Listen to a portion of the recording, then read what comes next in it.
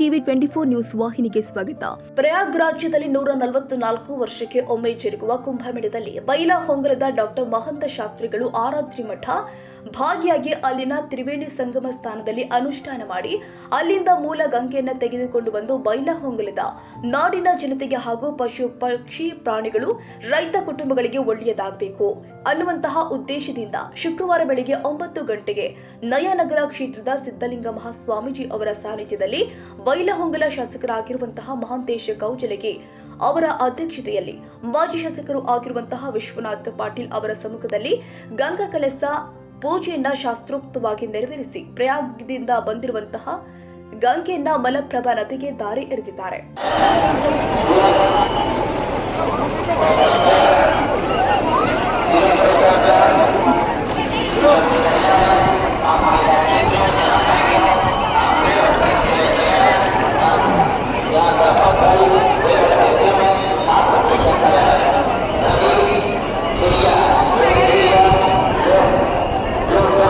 ಈ ಭಾಗದ ಜನರಿಗೆ ತ್ರಿವೇಣಿ ಸಂಗಮಕ್ಕೆ ಹೋಗದೆ ಇರುವ ಬಹಳಷ್ಟು ಜನರಿಗೆ ಮಲಪ್ರಭಾ ನದಿಯ ನೀರನ್ನ ಸ್ವೀಕಾರ ಮಾಡೋದ್ರಿಂದ ತ್ರಿವೇಣಿ ಸಂಗಮಕ್ಕೆ ಹೋದಷ್ಟೇ ಪುಣ್ಯ ಬರುತ್ತೆ ಅನ್ನುವಂತಹ ಉದ್ದೇಶದಿಂದ ಈ ಪೂಜಾ ಕಾರ್ಯ ಹಮ್ಮಿಕೊಳ್ಳಲಾಗಿತ್ತು.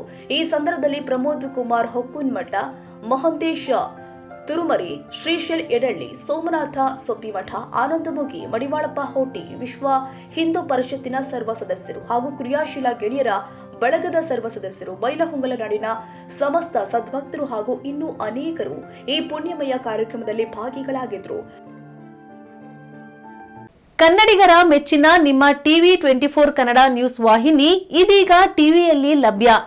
ಕರ್ನಾಟಕ ಮತ್ತು ದೇಶ ವಿದೇಶದ 360 ಡಿಗ್ರಿ ಸುದ್ದಿ ಹಾಗೂ ಉತ್ತರ ಕರ್ನಾಟಕ, ಬೆಳಗಾವಿ, ಬಾಗಲಕೋಟೆ, ಧಾರವಾಡ, ಹಾವೇರಿ, ಗದಗ, ಬಿಜಾಪುರ ಜಿಲ್ಲೆಯ ಕ್ಷಣ ಕ್ಷಣದ ವಿವರವನ್ನ ಪಡೆಯುವುದಕ್ಕೆ ಟಿವಿ 24 ಕನ್ನಡ ನ್ಯೂಸ್ ವಾಹಿನಿಯನ್ನ ಲೈಕ್ ಮಾಡಿ, ವಿಡಿಯೋಗಳನ್ನ ಶೇರ್ ಮಾಡಿ, ಕಮೆಂಟ್ ಮಾಡುವ ಮೂಲಕ ನಮ್ಮ ವಾಹಿನಿಗೆ ಸಹಕಾರ ನೀಡಿ ಮತ್ತು ಚಾನೆಲ್ ಅನ್ನ ಸಬ್ಸ್ಕ್ರೈಬ್ ಮಾಡಿ. Thank you.